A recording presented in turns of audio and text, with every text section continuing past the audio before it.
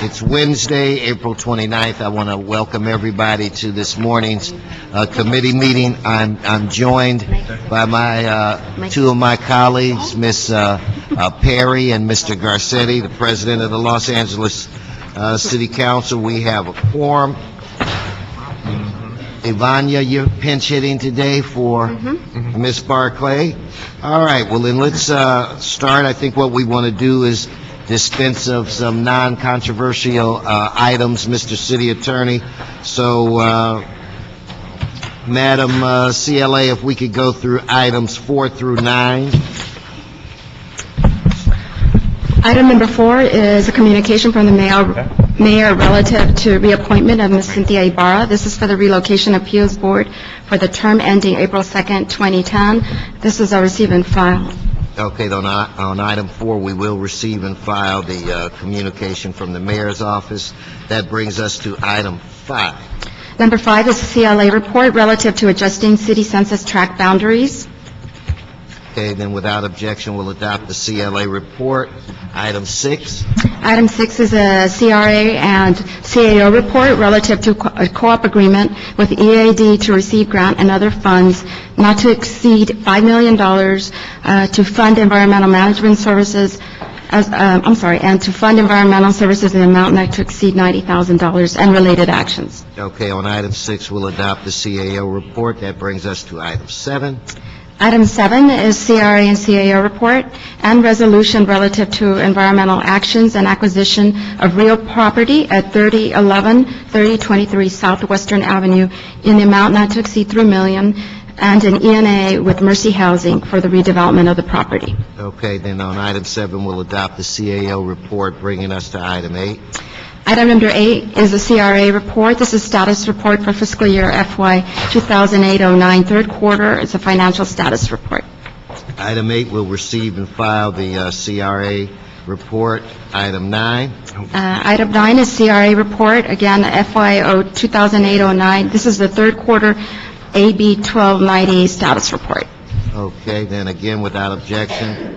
Oh, Mr. Garcetti. Just a note on that as we receive and file that. Obviously, in the mayor's budget, a big portion of that is predicated on balancing, taking 1290 monies here.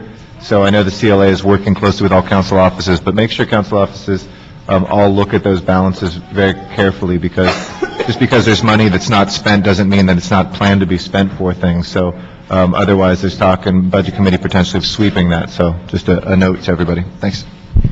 Be assured, Mr. Garcetti, Ms. Perry and I take care of our money. We do too. Okay. So I hope others will listen. Right, that's right. Okay, then on item 9, we will receive and file the CRA report. We've just been joined by Mr. Tony Cardenas. That brings us Mr. City Attorney. Okay, a bird just whispered in my ear that we will skip for right now items 1, 2, and 3, and we will go to items 10 and 11. Madam CLA, if you could read those items. Item number 10 is a CDD and CAO report relative to an RFP for the Redesign Human Services Delivery System New Family Development Centers program. Now, will we be taking up both of them together, or? Yes, item number 11 is a related action. This is a CAO report relative to the management of the Vera Davis McClendon Youth and Family Center. What I think I want to do on this, I know there are a lot of people that are here that want to give public testimony. And there have been, I know, several meetings with our staff and entities that have concerns where it relates to how we're going to proceed. I do believe that with discussions, having discussions with the department, that we will be recommending some changes and some amendments that might elevate the comfort level of some of the individuals that are here today, or at least I hope so. So with that said, maybe the approach to take is to have you go through the presentation first. Okay. And then we'll try to get all of the questions, or whoever has put in cards to speak, we will do the very best we can to accommodate them. Mr. Bimbo, good morning. Good morning, Mr. Chair, and good morning, members. I'll try to make this as quick as possible. I would Make it good. Or make it good, too.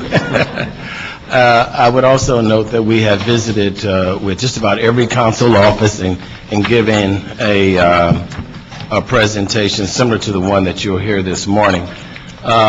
We have it in PowerPoint. We have a couple of maps that we will set up for people to review. But let me just begin by saying that the proposed redesign of the human services delivery system in our mind is a major step forward in improving the delivery of human services to a much needy clientele in the city of Los Angeles. As you know, we have a growing poverty population, one of the fastest growing poverty populations in the city.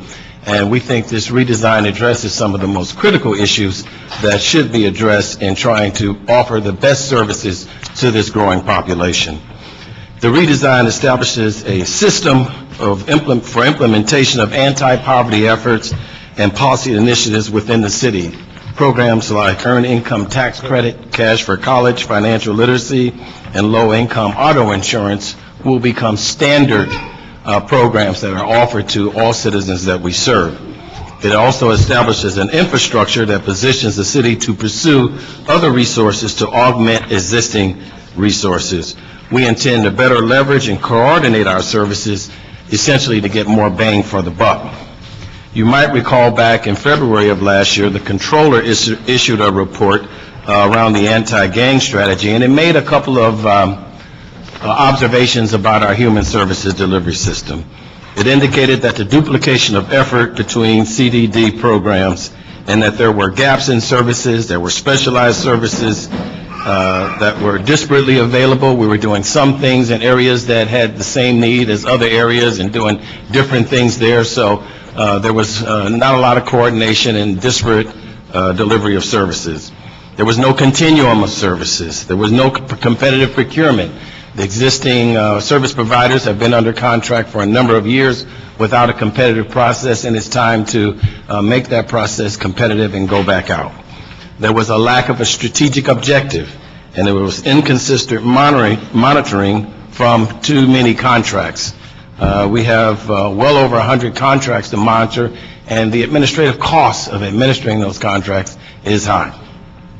So our response to the controller's audit and the demand for better services and more services to a needy community are as follows. To implement a center-based model that replicates CDD's workforce development system. This is an award-winning system that incorporates best practices.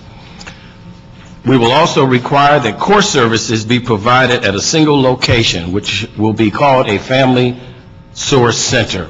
Sort of like the work source center, this will be a family source center. It will incorporate a no wrong door, one-stop delivery of services.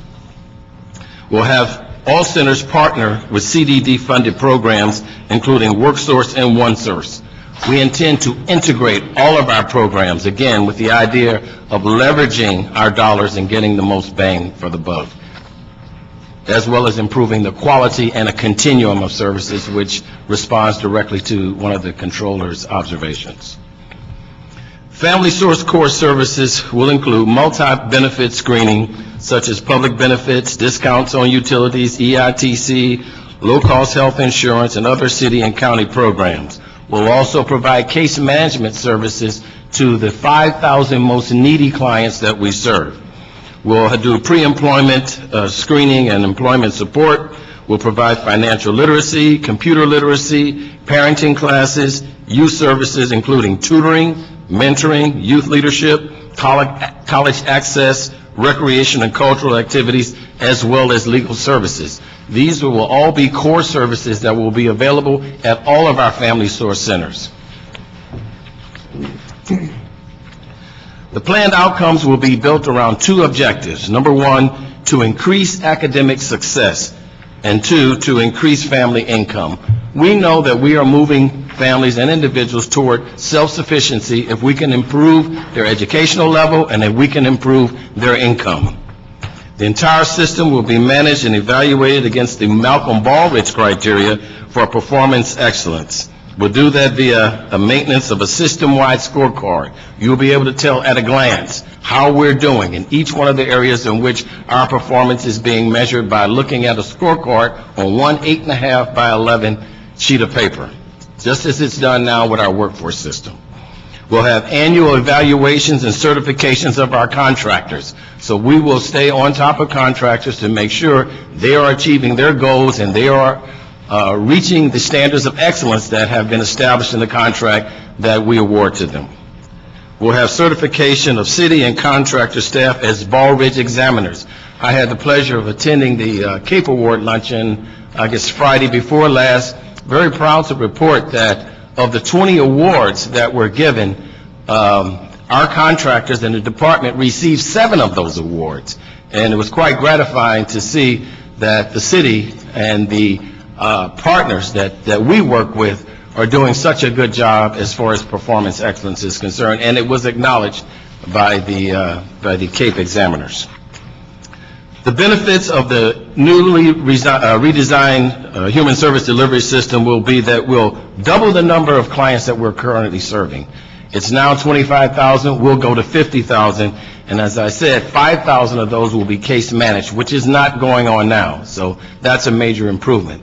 Again, there will be a no wrong door philosophy employed here, so it doesn't matter whether you go into a work source center or a family source center, you will be assessed for services. The delivery of those services will be tracked, it will be evaluated, and someone will be overseeing the delivery of those services that you have been assessed to need. I'd like to talk a little bit about the existing system and how it differs from what we are proposing. Currently, we have 12 family development networks. We commonly refer to them as FDNs. We have 73 neighborhood action programs.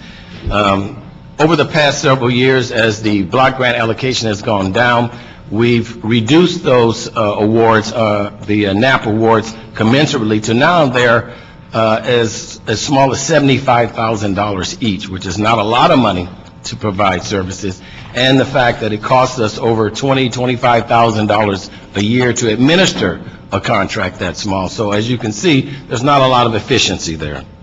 We have 7 youth and family centers that are city managed, and we have 13 specially targeted programs. What we're proposing is a network of 21 family source centers, 5 of which will be city managed.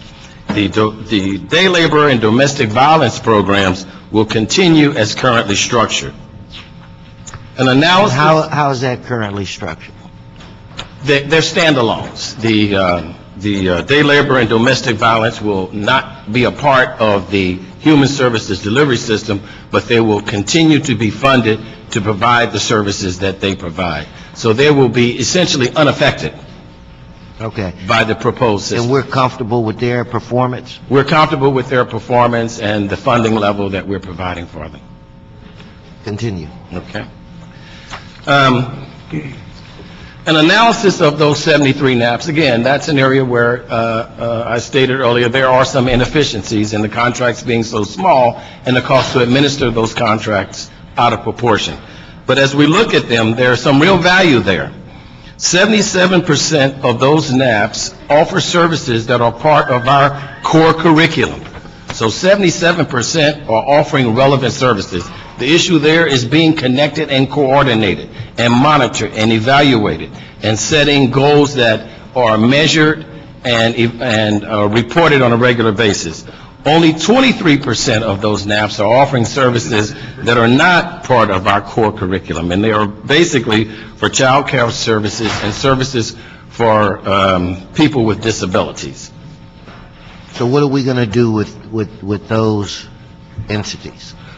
We're proposing, with your approval, a second RFP go out after the initial RFP, and we make the selection, and we do an impact analysis of who got selected and what NAPs did not get selected, what kinds of services they're offering, and if they're valuable in the various communities that need them, that we would do a second RFP to fund them.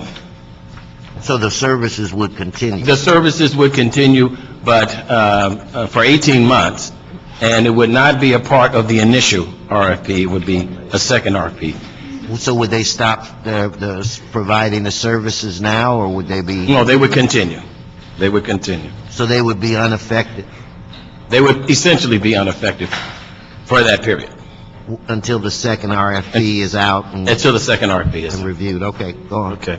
So this next graphic here is conceptually what we're trying to do here.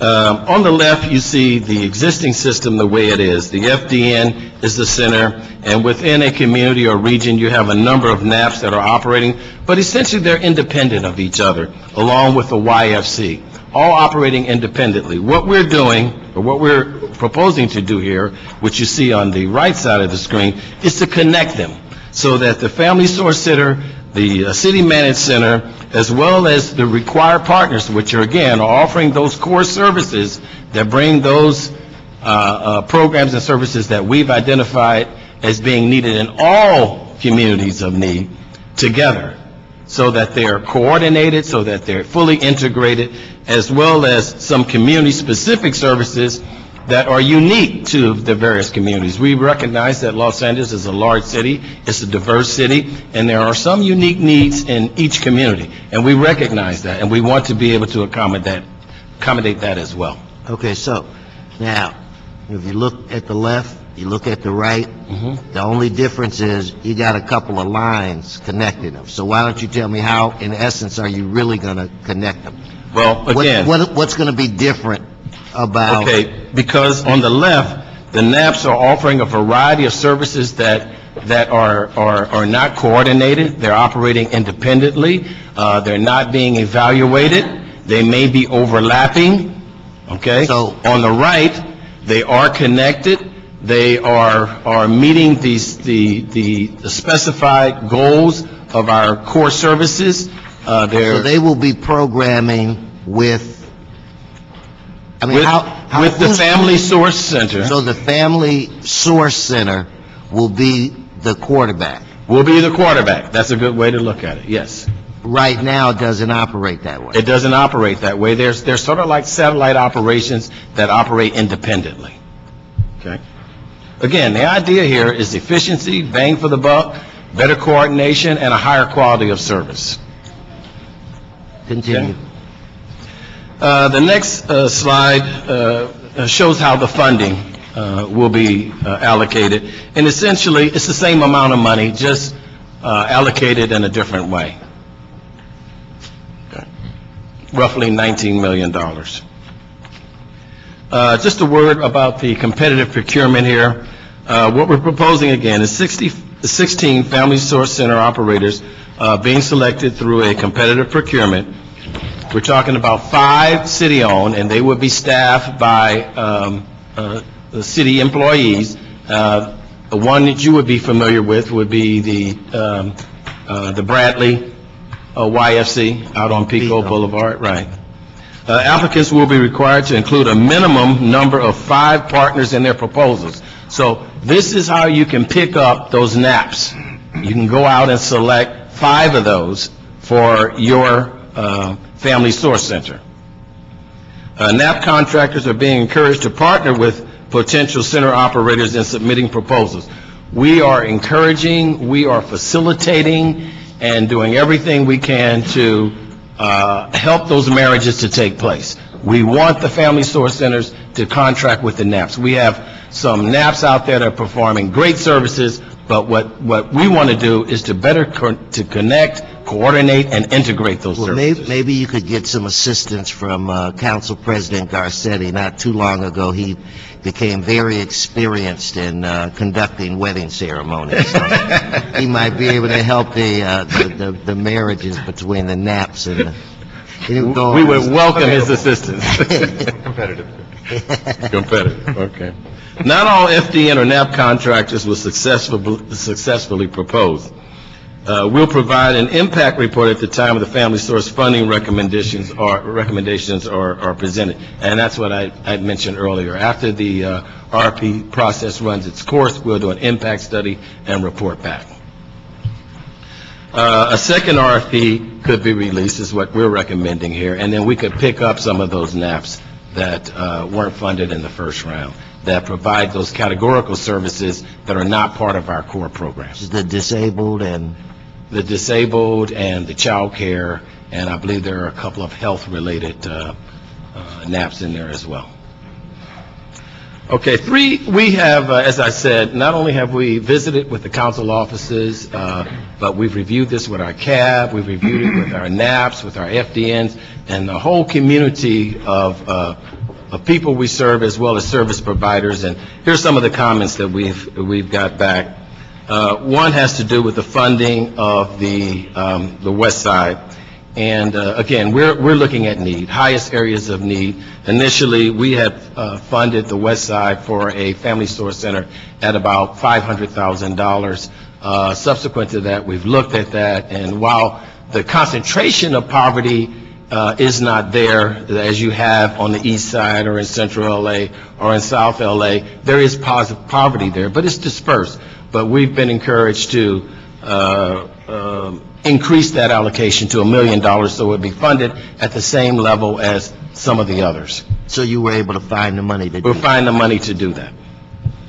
Okay, another requirement that drew a lot of comments is that the family store center should have 7,000 square feet available to provide, space to offer the programs. A lot of them, or several of them, don't have, that we expect to compete for this award, don't have 7,000 square feet in one spot. But what we said is that we will look at multiple locations where aggregately that 7,000 square foot minimum can be met. So if you have several facilities within close proximity that equal up to 7,000 square feet, then that's acceptable to us. Okay. Let me stop you for a minute. If anybody here wants to speak later and you have not turned in a card, turn it in now, because in 2 minutes I won't be accepting any additional cards. Go on, Mr. Bimbo. And then also, continued funding of the NAPS, particularly child care programs, is something that I spoke of earlier that we think, that came back early in our conversations, that we would agree to.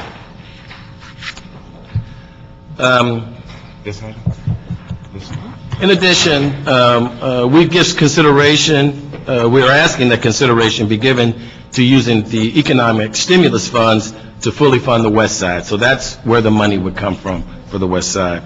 The 7,000 square foot facility, I said, we would take that in the aggregate, and then we could report back to you on the impact study, and then request that a second RFP be issued. Now, there's another activity that's going on within the department that works hand in hand with what we're doing.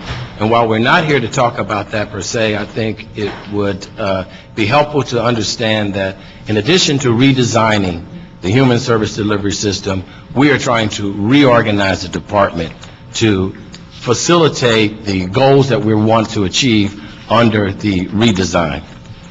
And some other goals that we think are necessary that became quite clear to us, especially after the controller issued her report. We want to redeploy 65 program staff to the field to promote CDD community presence. Just like the police department, the planning department, CRA, and a lot of other departments of the city, there are regional offices, and those regional offices are there for a number of reasons.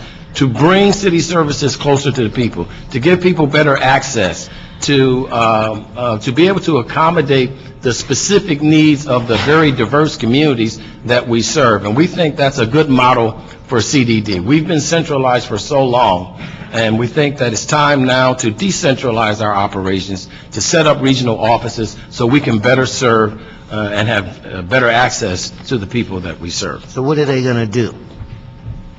We're going to locate 5 regional offices in city-owned facilities, so we're not, incurring any extra expenses here. And we will organize our programs and services for those regions within those offices. Our staff will be there, and we'll be closer to the family source centers, we'll be closer to the work source centers, we'll be closer to the providers, as well as the community and the people that we serve. Okay. Makes sense. So that's the regional model. And it will also help us to establish consistency. We'll retain administrative and financial functions downtown. They will all be, continue to be centralized downtown under a single assistant general manager.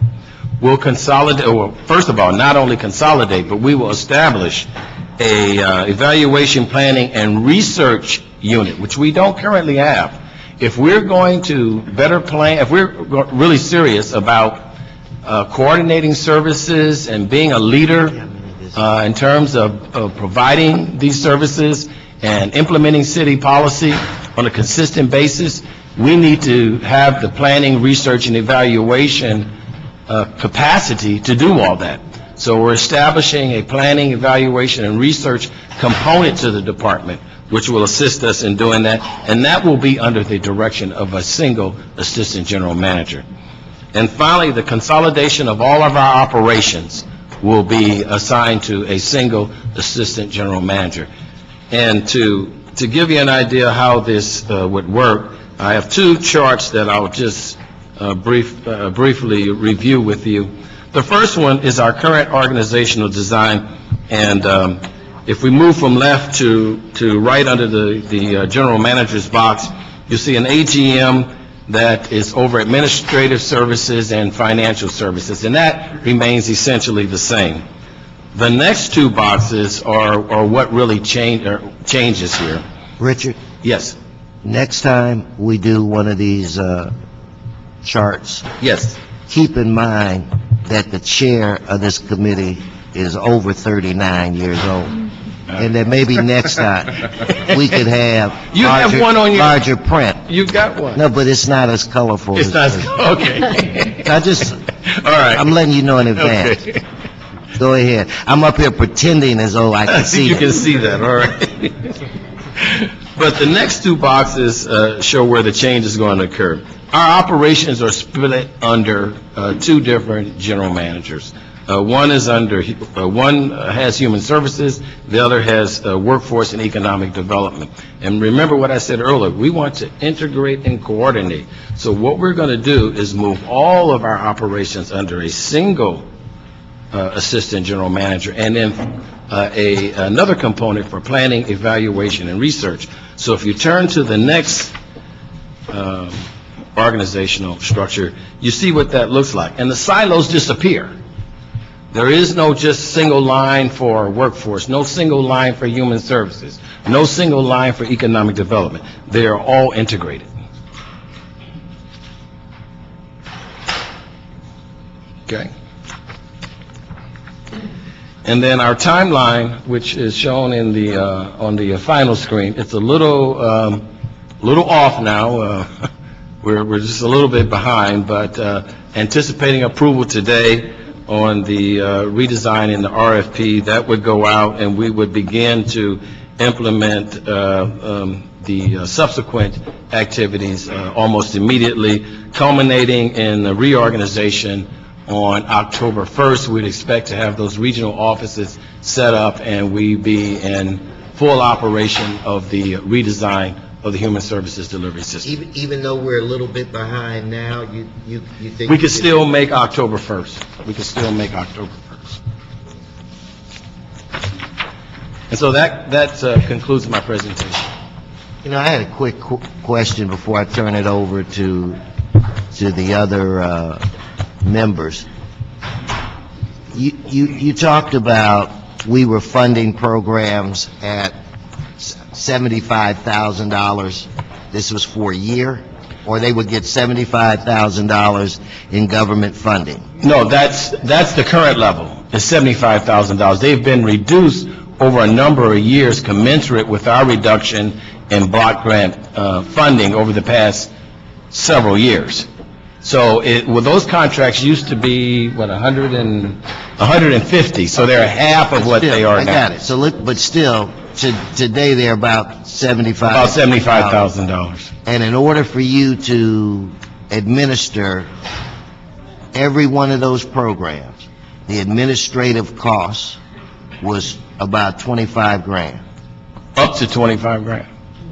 So with this consolidation, you should be able to reduce... Reduce or the be more- cost, the administrative costs of the cost of administering contracts. There would be fewer contracts to administer, because if you multiply the administrative cost by all those contracts, it mounts up pretty quickly. If you reduce the number of contracts, then you don't have as much in administrative costs to incur. Now, you've also, over the last year, maybe two, had to shrink your workforce. So you've had less bodies, Right. or, Our workforce has shrunk by about close to 40% in the last 5 years. so if one of the, let's say, the individuals that were responsible for oversight, how many, what kind of caseload would they have? Manny Chavez with the Community Development Department. On average, an assigned analyst for these contracts monitors about 13 individual agreements. So if with the redesign, what will the number? The ideal level would be between 4 and 5 centers. And the issue we have faced with the assignment of 13 contracts per analyst is we spend too much time administratively monitoring those agreements rather than qualitatively monitoring them. I like that. Okay. Mr. Cardenas. Yeah, thank you. I have some simple questions and some that are a little bit more complicated. We'll start with the simple one. How and where did you come up with 7,000 square feet? The current workforce development system that this program essentially is proposing to replicate, on average, our workforce development centers are 10,000 square feet. They're as little as 6,000 square feet, as high as 15,000 square feet. So the 7,000 is on the modest side. Given that we don't want to expend a lot of money on infrastructure costs, we wanted to keep it as small as possible. But 7,000 was the best we could come up with on average. Okay, but you just pointed out to me that there's been some past activity where facilities have been between 6,000 and 10,000 square feet. Correct. But you didn't tell me qualitatively what 7,000 square feet is supposed to get you. The 7,000 square feet, the objective is to have a minimum of space for staff, about between 7 and 10 staff, and at least 2 classrooms where individuals could come in and participate in adult education activities, parenting classes, financial literacy, as well as administrative offices for executive directors and program directors. Right. I'm going to want to have your staff talk to my staff and break it down a little bit further than that. I'm sure we've got a lot of cards to go through. I'm still not convinced that is as accurate as it should be, especially when you're making it a requirement on organizations that, unfortunately, on the east side, since somebody mentioned the west side, on the east side, we tend to have organizations that live month to month, whether we like it or not, and having facilities is a major, major issue. So to meet that requirement is kind of awkward for a lot of organizations. But let me jump in real quick, because you made me think of something. You mentioned that there was going to be flexibility in that requirement. Yes. Now, maybe explain that a little bit. I meant to ask it earlier and got sidetracked, so. Well, our original thought was that we needed 7,000 square feet in one location, but we're very much aware of what Councilman Cardenas indicated, and we have modified our thinking to the point where we're comfortable that if 7,000 square feet can be provided in multiple locations in close proximity, we can accomplish the same thing. So it's satellite offices or... Yes. Now, speaking of the east side and the west side, it was mentioned in the presentation that on the west side there was some inquiries or complaints or what have you about them not having enough funding, and you mentioned that they were slated to be funded at $500,000 for facilities where the need isn't that great. I'm assuming it was because the need isn't that great over there, but there is need. But that you were going to try to figure out how to move it to $1 million? Yes, through the stimulus funds that we anticipate getting, we would have enough to boost that to $1 million. Yeah, but the thing is, when you look at certain communities, we're still not even funding them anywhere near where they should be funded when you look at the number of households of need. But you might go to the west side. Let me give you an example. You might go to maybe Pacoima, where you can count 5,000 households that meet the certain criteria of very needy households, and they need these kinds of services. And you go to the west side, you might have some veterans who have issues, or particular households that have issues, and you only have 500 households over there. But you still don't have enough money to handle the 5,000 households, but you're going to find money to go ahead and supplement the 500 households on the other side of town. Yeah.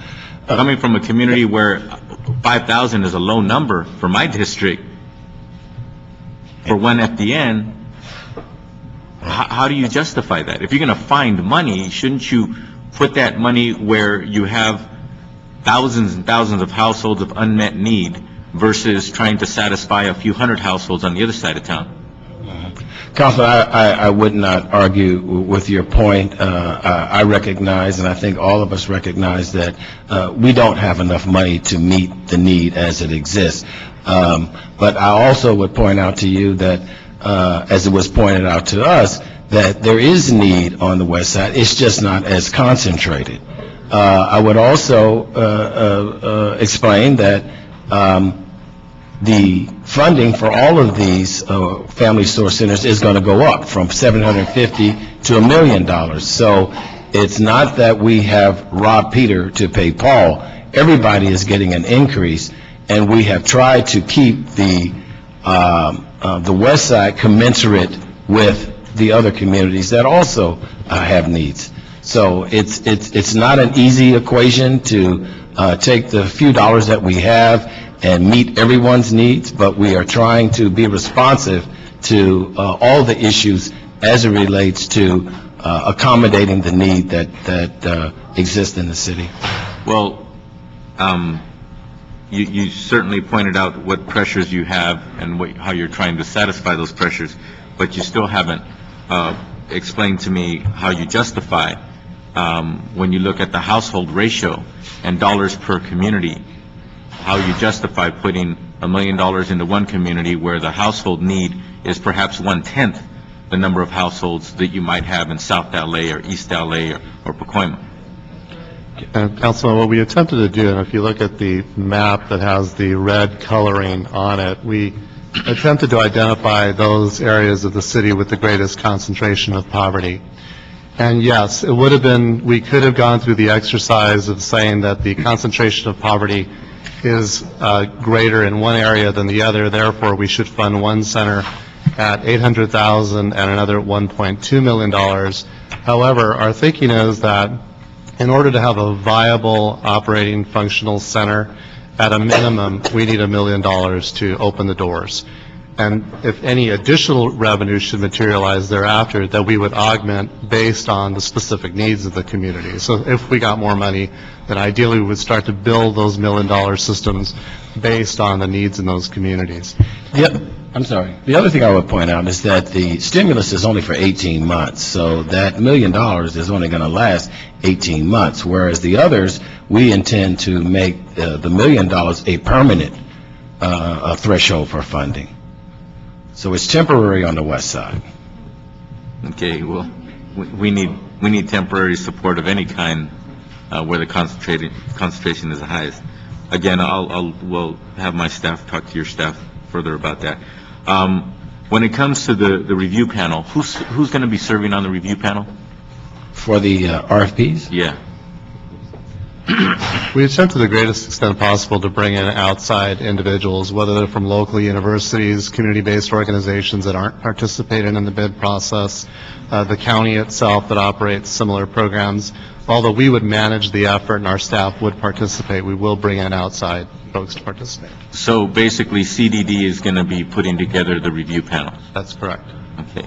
So you don't have like a CLA, CAO, CDD, mayor's office group that's putting this panel together? No, as the administrative entity, that's our actual job to handle, but most definitely we can consult with those offices to assist us in developing the review panel itself. Okay. Now, when you described at the beginning of your presentation, you emphasized quite a bit about the old system, the new system. Basically, what I read in what you were saying is that the new system is going to have a lot more accountability. Yeah. And that some of that reporting information wasn't happening at the level that it should, but it's going to happen in the future. Well, we have a fundamental issue. Are these not-for-profits going to be fortified with the resources so that they can either hire and or fortify themselves with that kind of expertise in-house so they can communicate at that level? Reporting costs money. Reporting takes human beings to put those reports together, going to meetings, things of that nature. Again, too many organizations on the east side, for example, live month to month. They have people who do the job of many things, and they don't have enough hours in the day to go ahead and bifurcate that or stop doing that and then start doing reporting. We as government take it for granted because most of the time we take 10-15% off the top just for administration. But not-for-profits don't tend to fortify themselves or get fortified with the resources so that they can have that administrative support. All right. Councilman, we think that's one of the advantages of moving to a regional model and being closer to those organizations and provide the technical assistance and support that they would need in order to do that. You told me, you kind of described to me what you hope is going to happen. What is formally going to be in the RFP to make sure that the resources are there for these FDNs to be able to actually do it at a level that they are now going to be expected? If I follow the question, Councilman, one of the concerns we have right now in funding 73 standalone neighborhood action programs is our administrative capacity in dealing with small dollars and the city requirements that go along with that and the reporting that goes along with that. And admittedly, they do have difficulties in reporting to us, and our capacity to provide the technical assistance has been limited by our reductions in staff. In this redesigned model, the responsibility for the reporting would be with the lead family source center operator so that their subcontractors would be able to focus on the provision of services. It's the lead agency that would report to us. So our efforts in monitoring will focus on those 16 nonprofits that we fund to serve as the lead agency. Okay, I have a bunch of questions, but I'll just ask a couple more, Chairman. When it comes to the grid zones that is being handled out of the mayor's office, I'll use this as an example. They require the not-for-profit groups to refer to organizations that provide certain services that they don't, as they see the need for those constituents. Are you going to require that they refer, or are you going to require that they place? Because what we're finding right now is referral and replacement are two different things. It's one thing for an organization to say, yeah, we referred 80 people to them, and all of a sudden you touch base with the other organization and say, yeah, they sent us 80, but we were only able to place 8. Yet they're going around documenting, yeah, we referred 80, like something actually happened, like constituents actually got taken care of, but they didn't. With the grid model that's currently in place, so we've actually implemented as a formal MOU between CDD's workforce development system and the grid zones. So we have actually set a fixed number of individuals at minimum that we expect to see referred from the grids to the workforce development system and vice versa. So we are actively tracking that.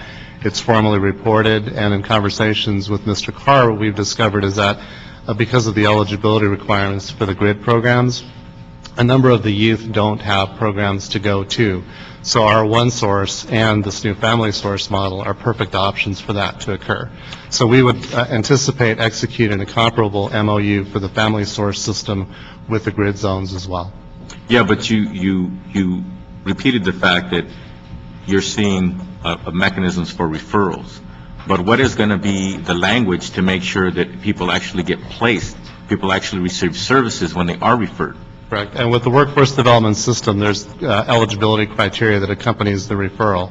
So folks need to know that they're eligible for the program before they're referred. If they're eligible, they are enrolled. And then within workforce itself, it's so driven by outcome criteria that the complete expectation is that something will happen to that individual that's referred, whether placement or entering post-secondary education.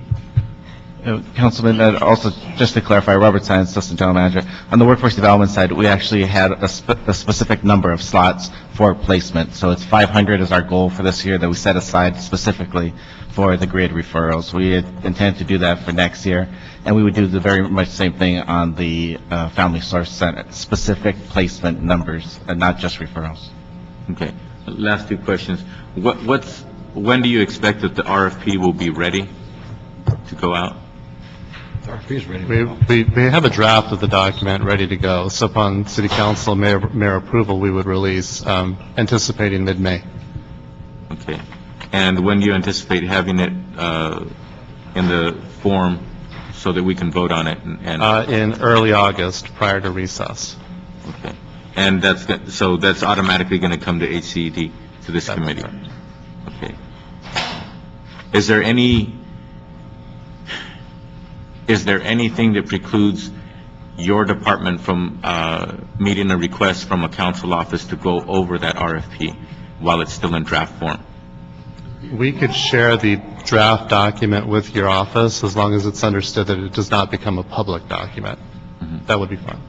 Okay, thank you. Mr. Chair. Okay. Ms. Perry? I just wanted to express a concern as you head towards drafting the document, the basis for your formula in determining poverty as it appears to be poverty per household versus per capita. And I think that runs some risk of creating a playing field that's not level in terms of comparing, say, for example, the west side to South Los Angeles or to Tony's part of the San Fernando Valley or East Los Angeles. Because while you may find poverty per household in some areas that are surrounded by more affluent areas, you then look at areas that are more solidly per capita riven with poverty. I think your formula may create an imbalance, and I want to note that and to ask you if you could give me some kind of public thought on that as to how you can create a more equitable approach. We most certainly will, and we'll get back to you on that. Okay. You gonna get back to me? We'll get back to you. Okay. I will. I mean, that's a complicated question, and I think our response would have to be supported with statistics, and that's what I'm promising to. You understand what I'm saying? Yes, exactly. Yeah, and it's as subtle a difference as, even when you look at 8, 9, and 10, and maybe 15, and as you move further west towards Mr. Weston's district, you do have a larger, more stable middle-class community, even Right. surrounding poverty census tracts, where I may have fewer, Ms. Hahn may have even fewer, until you head south down to, the southern part of her district. And so, I want to, I guess we're going to have a meeting about that. Yes, we will. All right, thank you.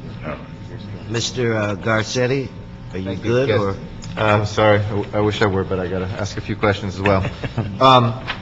Can you walk me through what model you're basing this reform on? I mean, are we seeing models in other places? Are we looking at academic models? I think we all agree accountability is good capacity. We have to do what we have capacity to do. I understand all of those points and support you on them, but walk me through kind of, is this a new model we're developing, or have we looked at other ones that we're basing this on? We have looked at models nationwide. The two that stood out the best for us were San Antonio and Chicago, where they have consolidated their various human services programs into a center-based system. The services that they provide are comparable, albeit in some cases they manage county services through those locations as well. In Chicago, they've actually co-located their workforce development activities at these centers. I believe they have 6 sites in Chicago that they've formally structured. The individuals they're serving, the clientele is comparable. So again, given the size of those cities and the activities that they were proposing, those are the best comparisons that we were using. In looking at this, there's many good things in it. The biggest gap for me is the schools. That I know that we're the city and we do what the city does, and this is kind of reflects this reflects what's wrong with LA, which is that we have our schools one place, we have our community colleges another place, we have our county services another one, we have our city services in another one. We recently opened a family center at Belmont High School, and it's literally like the first door you walk into after you walk in the front door. You can't miss it. And it's open in the afternoon hours. We staff it with somebody from my council office, and we get somebody from the school. And it's kind of a help center. You can get tax help and learn about the EITC. You can go in there and register for healthy families. You can get referrals for job placement, work source centers, et cetera. And what's nice about that is that it's right there, someplace everybody knows is the center. We give a lot of lip service to putting our schools at the center of the communities, and yet we find these different poles. Like if I look at my own geography, and I'm sure this is replicated in my colleagues' districts as well, for family it gets very confusing, quite frankly. I mean, once you get in the system, you're okay. But getting into the system and figure out where do I go for what is still not coordinated. So I was wondering if there's any discussions or thought given to co-locating with county and or school districts and or community college districts. But let's take it down to the younger age level where kids are still in the household. So primarily the school district and county to co-locate people or facilities in this. Councilman, that would be a part of the RFP, and we actually would encourage the co-location, and again, to reduce the infrastructure costs. If an educational institution, be it at the high school, elementary, and/or at the community college, has a facility, and then being part of that partnership to do that co-location, we're encouraging that on the worksource side and working towards those partnerships. So that would be through the RFP. The second part of it, which is we didn't talk in too much of detail, is the One E-app that we're proposing to purchase for the city, where all of the city programs would be listed on this one application. So a family would fill out the information one time. Not just for the city, but services for state and Well, county? the great thing about One E-app is that they have a contract with LA Unified right now. Right. So we're going to get the school programs, so we're going to connect automatically to the schools, and it will have the county programs, the state programs, and the federal programs. I do remember about 4 or 5 years ago, Access. Access LA, and having that idea. This is really the fruition of that idea to make it actually happen. So every one of our clients coming in will be assessed to all programs from city all the way to the federal, including the schools, of what they're eligible for, and also what would meet their needs.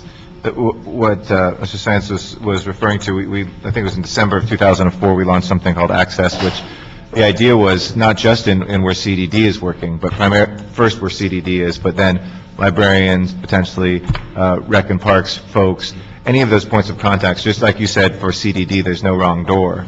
But we forget sometimes that we know this in our council offices. When people call us, they might need something on Veterans Affairs, and that's federal government, but we don't pass them off. We stay with them, walk through with them. People might walk into a library looking for this information, and librarians could go through a CDD curriculum that gives them at least one day, for instance, where then they were enough of a referral, or they know some of that information to sign kids up for healthy families, to tell them what the worksource centers are, to let them know what kind of mental health services exist for family and counseling or domestic violence. That to me is the umbrella vision of, I think, where we all want to head. In looking at that, I hope you will continue in doing the RFP, not just hope that there are good people outside who are thinking that model through, but really push that model, because I think people do react to what they read in the RFP. There might be some very progressive thinking, forward-thinking folks, but other people get scared because they read the RFP. It doesn't say necessarily anything about schools, doesn't say anything about integrating with county services, so let's not go outside what I read in this RFP, as opposed to when the city says, we encourage this, we want high schools, middle schools, whatever it is, to be the center of our community. We have a new elementary school that's proposed being built in Echo Park, and we're working with the school district to maybe free up 6 or 7 classrooms that would be on the street front, where in the past schools have just built walls, and instead why not make that an active place that after school, but that could be a place where we have something like this for free. My last set of questions, because I know we have a bunch of cards to get through as well, is obviously, and I appreciate, and I know that the chair is going to address some of this too, we have some great models of things that are working at the early education side. I can understand to some degree, although it's painful to do any of this, excluding the disability stuff. Why were early education centers seen as something that was excluded? Around the whole issue of childcare, the bottom line issue is expense, acknowledging the cost of childcare and that we could conceivably spend our entire resources on that and not cover the need. So the preference was to actually leverage those dollars, not that childcare services would be discouraged, but to actually leverage them through existing resources. And a clarification on the services to persons with disabilities, the proposal is actually soliciting an application from a consultant or organization that would build the capacity of our delivery system to provide services to persons with disabilities consistently. Integrated, yeah. Right, so that every individual or any individual that is disabled can walk through the doors and receive the same services or have access to services. I mean, again, here's another place to be thinking through. I mean, as you know, and you've heard, and I have many constituents that are here, 3 wonderful child care providing facilities, Echo Park, Silver Lake, and Atwater Village, where we can, and I appreciate some of the work that we've been doing looking at First Five, but here's another place where we could be planning together, where if we have had some sort of agreement with First Five, and First Five realize they leverage their early education, bang for the buck, because we can do wraparound services that First Five can't afford to do. If we rebuild child care in new locations, there are startup expenses with that. I mean, we have programs that are working, that have facilities, that have proven track records, and in some ways that helps us leverage out. But our discussions, I would hope that between now and the RFP, we really accelerate those discussions to see whether our county partners, First Five partners, and others can help us design this in a way that may be able to preserve that. I know we may be able to keep these going for another 12, 18 months, but we're going to be back here having the same discussion again.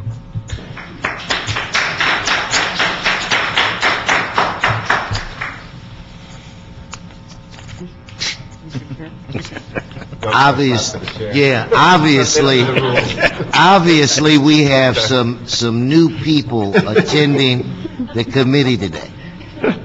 I don't have a problem when you give applause to my colleagues because they're great and they deserve it, but you have to applaud the chair as well.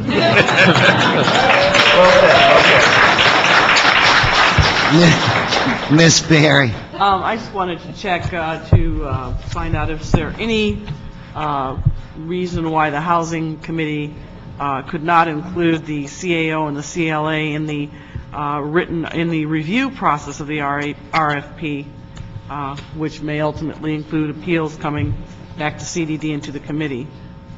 As if there is no reason for us to preclude them, I'd like to go ahead and make a motion to include them. Well, what we can do with that, there's going to be, quickly, we'll introduce a couple of amendments. We'll just add that to it. Okay. Because I'm glad you brought it up, because I always feel a little better when I know. Yes.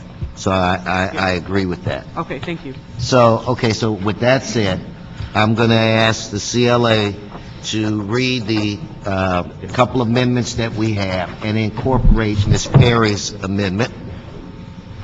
Amendment number 1 is to instruct the GM of CDD to report back to the HCD committee with a request for proposal for services for current CDBG providers for child care, health, and disability services.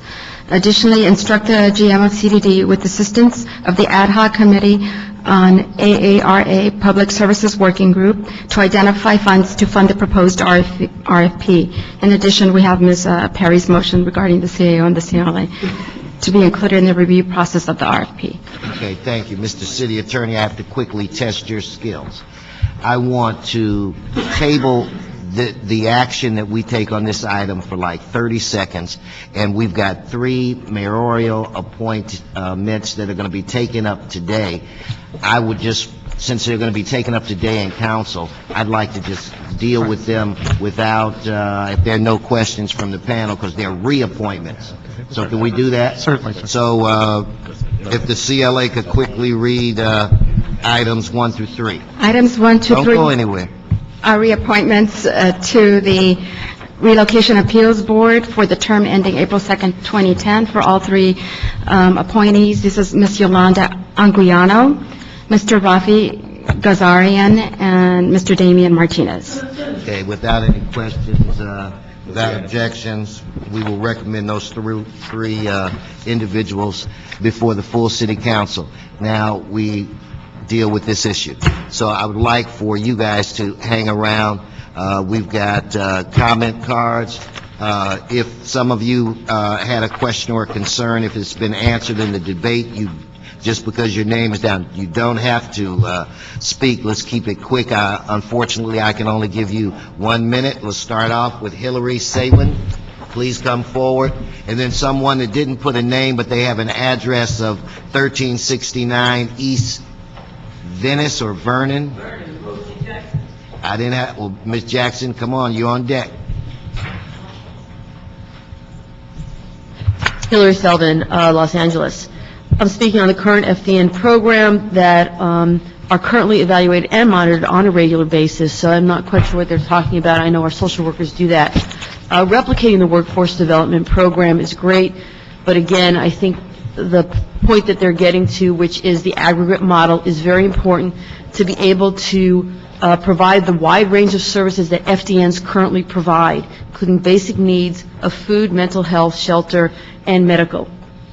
For others, this model would actually take away or limit the current services of the 7,000 square feet.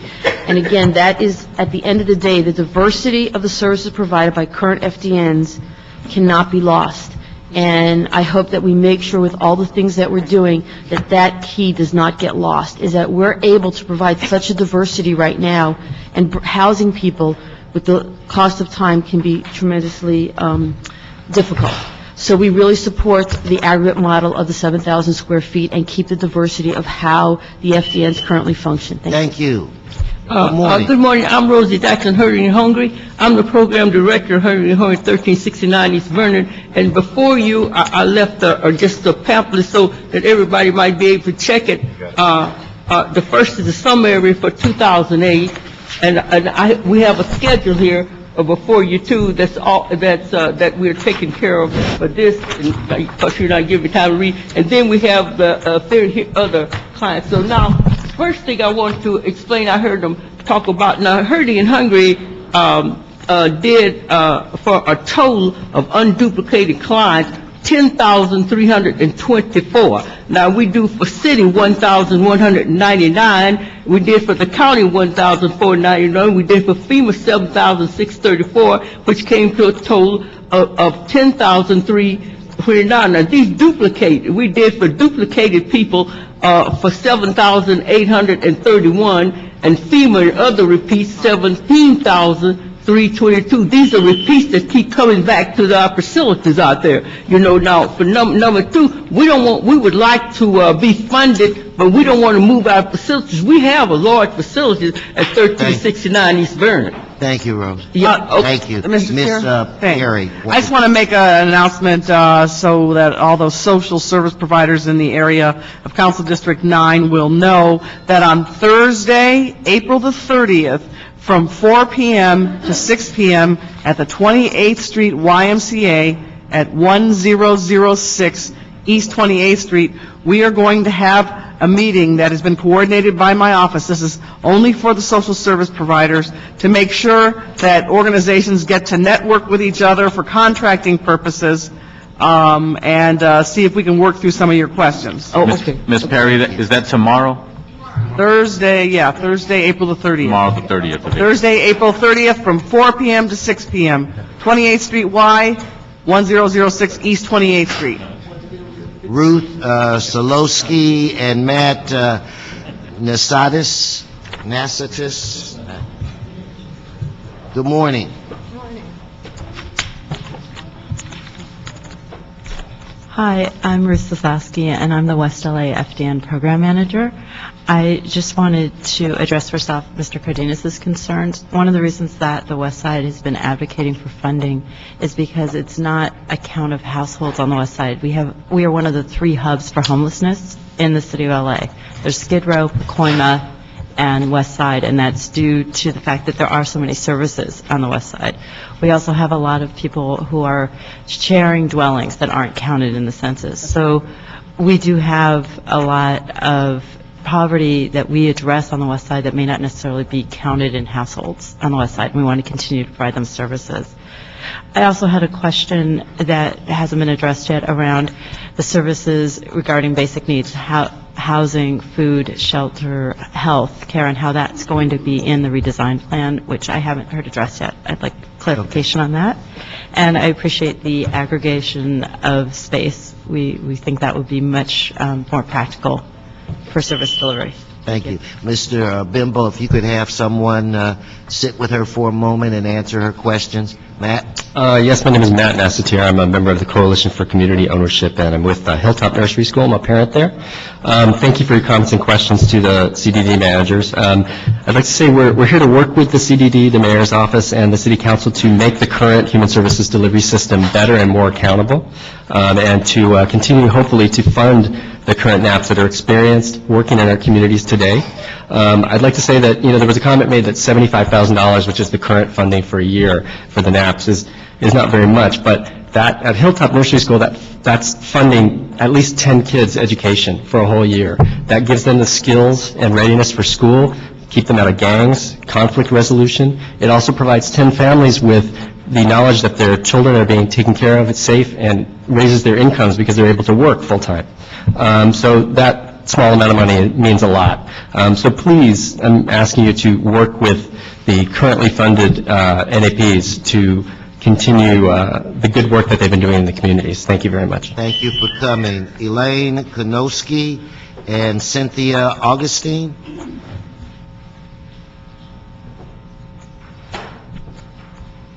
Please, good morning. Good morning. By myself? So far. I'm Elaine Konoski, and I'm the Executive Director for Women's Care Cottage, which is located in North Hollywood. And getting back to what Ruth had just said, we have not heard about homelessness and prevention. Our NAP program helps women and families who are on the cusp of losing their homes, and we try to shore that up so that they do not lose their homes. On the other side, we also help the women who've gone through our various programs of computer literacy, health management, case management, parenting workshops, very similar to what the FDN does. We also maintain case management through the NAP program to ensure that they are not repeating issues from the past, and so that they remain housed. And I think in this economic climate, but not paying any attention to homeless prevention and rehousing is an issue. Thank you for coming. So, really quickly, the emergency shelter grant money that has been given to us in the federal stimulus is specifically for programs like that, and there's an RFP that's going to come out in the next few months. So you should follow that. It's, I think, going to be through the housing department, if I'm not mistaken, but it is specifically to help people not lose their homes and to not become homeless. So while you're doing this work on the NAP stuff, make sure you don't miss that ESG. Oh, I'll look for that. Thank you. Thank you. Ms. August. Good morning, and thank you for this opportunity. I finally got one to sleep in the hallway, which is great. Well, we're very children-friendly, so go right ahead. Again, my name is Cynthia Augustine. I am a parent at Hilltop. I have one who's graduating this year, Isa, and I have another I hope to be sending to Hilltop very soon, who just turned 1. There are just 2 things I'd like to say pertaining to child care and the importance of child care. I understand that monies that would be used for CDD NAP organizations would be going in part to support the mayor's agenda in regards to gang prevention, and that is admirable. I really do think so. One thing that I would like to say about this, though, is this is where gang prevention begins, with the kids, with our children. And I really can't stress enough how much Hilltop has done to help with Isa's social development. Hands are not for hitting. There's no kicking. We talk, we use our words. Thank you. Thank you very much. Jose Ramos Jr. and Matthew Kennedy. Good morning, ladies and gentlemen. My name is Jose Ramos with the East Hollywood FDN. Just to emphasize again the practicality of requiring 7,000 square feet, really it's not. And also I've heard the notion about the no wrong door. Just because we have a centralized location doesn't mean that there's no wrong door. It's all about relationships and your collaboration. And with the FDN, we have been able to do the no wrong door policy with all of our families that we served in the last 9 years.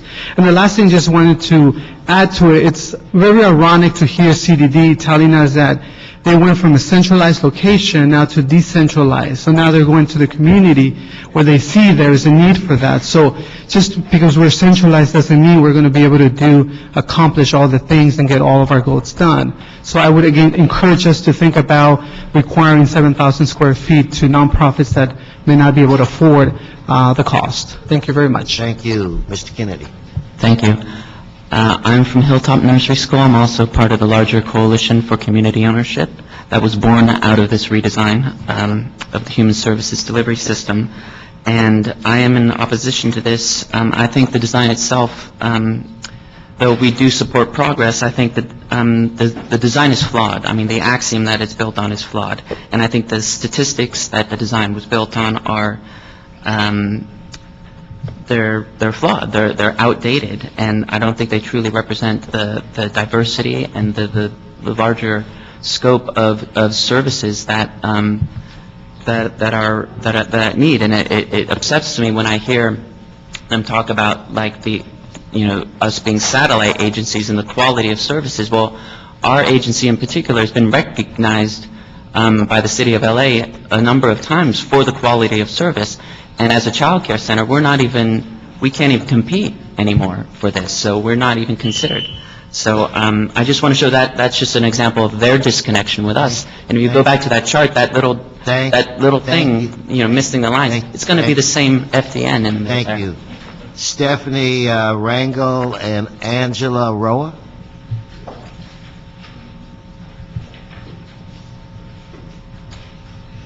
Good morning. Good morning. My name is Angela Roa. I'm a member of the Coalition for Community Ownership as well as the Program Director of Hilltop Nursery School. Thank you for giving us this moment. As a person with a social and justice conscience, I do understand that the CDD is trying to do well. However, what I would like to share today with you is that throughout this process of this new proposal, we feel a lot of the people that work for the NAP agency, we feel that we were dismissed and not considered in terms of our expertise in years of exceptional services to our communities. We were not part of the discussion. We were not there to say, listen, that works and that doesn't. Also, I know that we want financial stability and success at school. Well, the foundation is early childhood education for that. So I please hope that you will bring us to further negotiations. Thank you very much. Thank you. Hi, my name is Stephanie Regal. This is Eleanor. She attends Hilltop Nursery School, and we're a member of the Coalition for Community Ownership. This proposed new budget plans a type of consolidation of human services that will mean polarizing services. What upon first glance may seem efficient will prove to be a very singular approach at helping people through government funding. These services will undoubtedly be more controlled and monitored, but to what end? Malcolm Baldrige is a corporate model. It's not appropriate for human services. I hear a lot about previous success, about showing on an 8.5 by 11 piece of paper.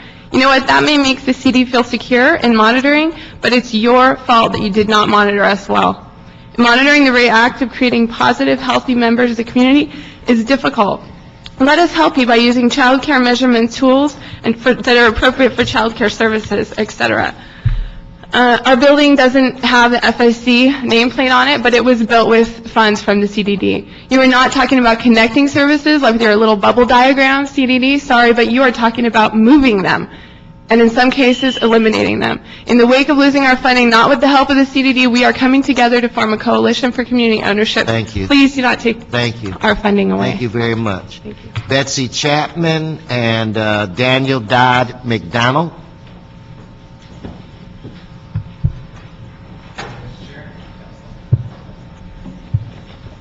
Good morning. Good morning.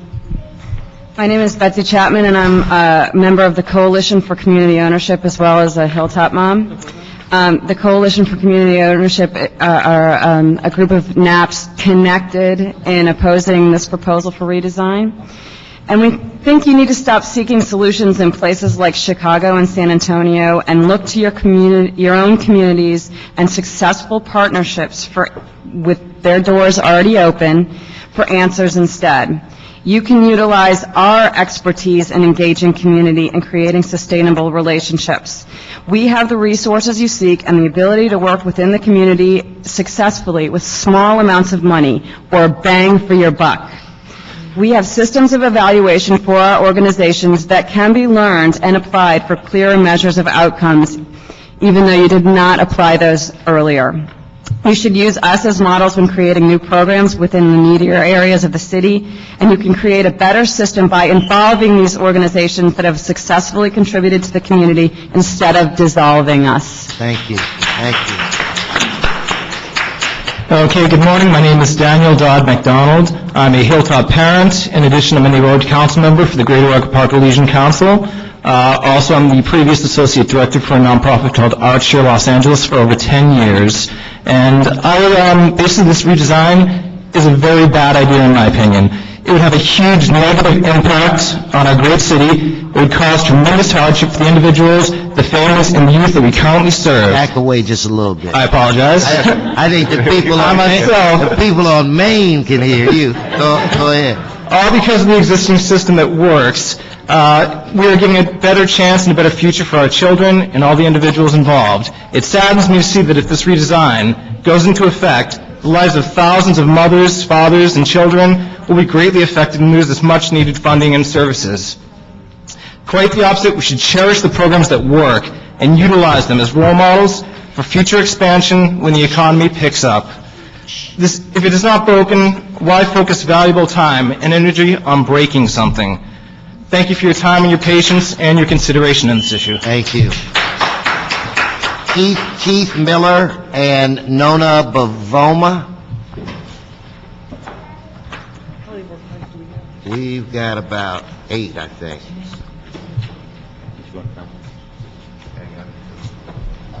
Thank you and good morning. My name is Keith Miller. I work for Westside Center for Independent Living that works with people with disabilities.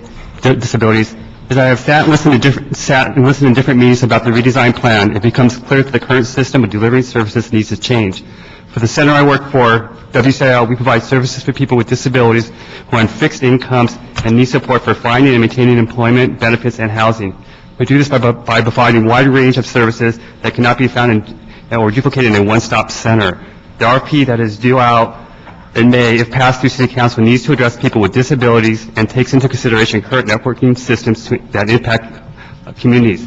As it has been stated in various meetings I have attended, there's some support from the Mayor's Office for the redesign plan, but I have to tell you that the NAPs and the FDNs do not support the plan.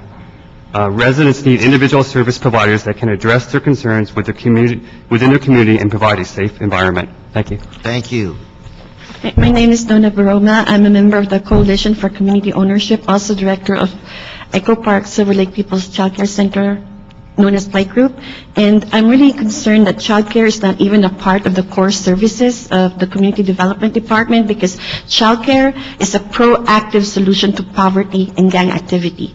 And also, I'd like to mention, when you look at the redesign, look at their measurement tools, because in the case of child care, it's not appropriate in measuring outcomes of child care. Thank you. Thank you. Al Jones and Verona Gibson.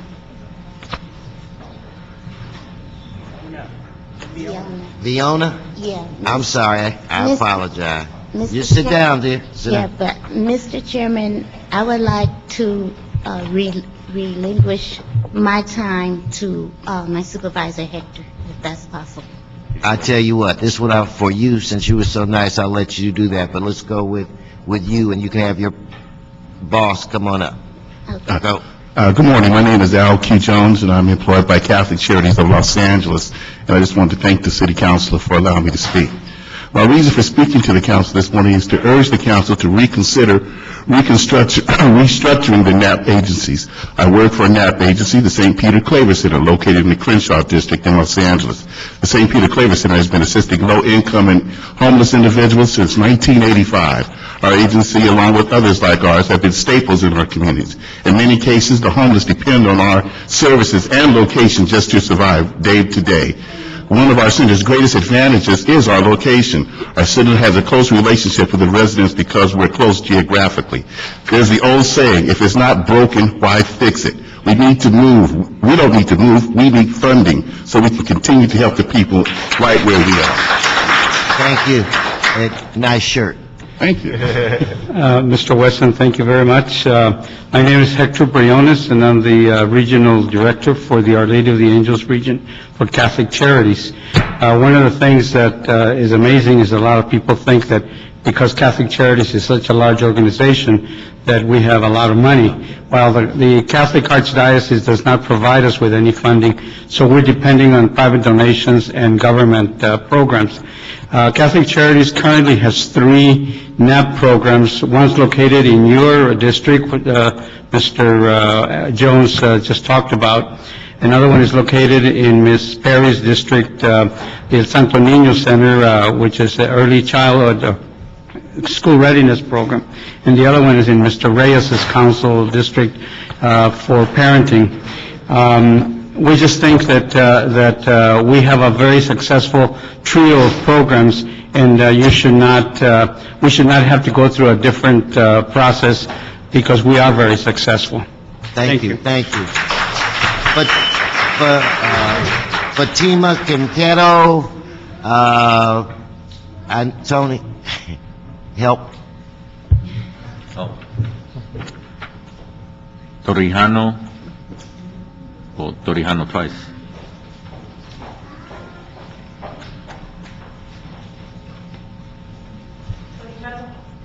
And also Margarita Lima. Come forward. We got to speed things up before they throw me out of here. Can I speak to this part? Sí, está bien. Oh. Muy buenos días. Yo soy miembro del Santo Niño. Los programas que tenemos ahí son para los niños de preescolar, pero ahorita por falta de fondos económicos nos han informado que van a cerrar el centro. Yo estoy preocupada porque anteriormente mi niño iba a otro lugar y cerraron también, y ahora están cerrando el Santo Niño. Her child went to another school, they closed that one down, now they're going to this one, and they're afraid that they're going to close this one down. Entonces yo pienso que los niños se afectan por esos programas que siempre los están cerrando. And the children are badly affected by the programs that are closing down. Solo yo quiero que apoyen nuestro lugar donde están ahorita los niños tranquilos y nos están brindando ayuda, pues que no cierren nuestros programas. Okay, and she would like us to continue to support the program where her children are at, so that they don't close them down. Thank you. Good morning, my name is Fatima Quintero. I have a son in Santo Niño, and we need a daycare. If these programs are cut, there will be no place for our kids for study and play. The place for them will be the streets, and it will be easy for them to enjoy gangs. Please help us with these all crimes in our community. Thank you. One second. ¿Cómo cuántos niños tienen en ese programa? Uno. ¿Más o menos? Uno. No, el programa en total. ¿Perdón? ¿Cómo cuántos niños en total tienen? No sé exacto. About 40, okay. About 40 some kids in the program. Thank you. Thank you. Hi, my name is Margarita, and I'm here on behalf of El Santo Niño. And I, as a parent and a grandparent of the child attending to El Santo Niño preschool, I see a great benefit on them, and I will, be very disappointed if they close down the center for the same reasons that you guys are talking about earlier. I think that the kids will be very comfortable in smaller scale classes than into a bigger building. So it will be a very unstable situation for them to go to a bigger building instead of a smaller, familiar, and see familiar faces every day. Thank you. Mr. Chair, can I just make a quick comment before we go on to the folks from El Santo Niño, and I don't know if there's anybody here from All Peoples. Just understand that the funding has been extended to October, Viona, so I know we talked about that one day. But I would oppose any action that causes the center to have to move and obviously close.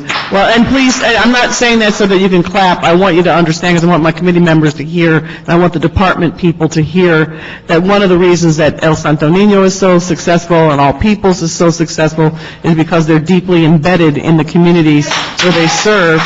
And,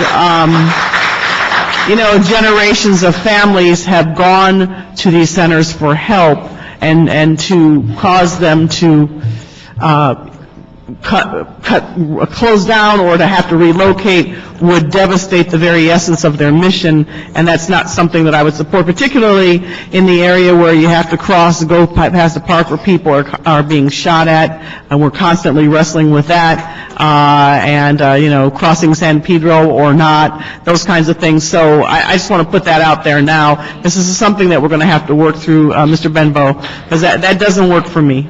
Okay. We have three more. Aliza Barzale, Fonda Whitehead, Paul Gilmore. Yeah. Good morning. Good morning. First of all, I would like to say that I'm absolutely opposed to dismantling a social service network that's strong and community-based because of the attachment to a theoretical model of social service delivery. Second, I want to say that I'm appalled at the idea of an 18-month funding to people with disabilities.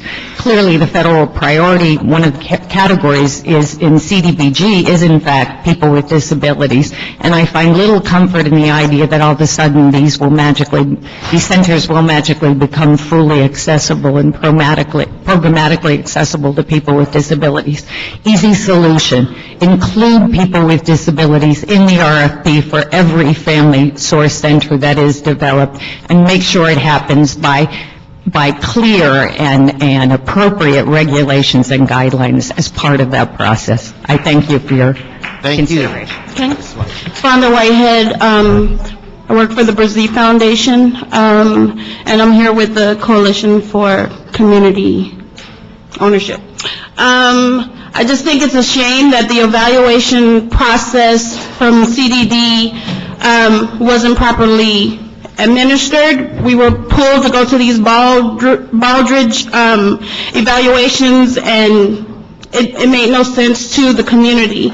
I want to say if they did evaluate the proper way, they would see that there are gang prevention programs and other programs that could work. We do the YAP program, which is a 4% recidivism rate.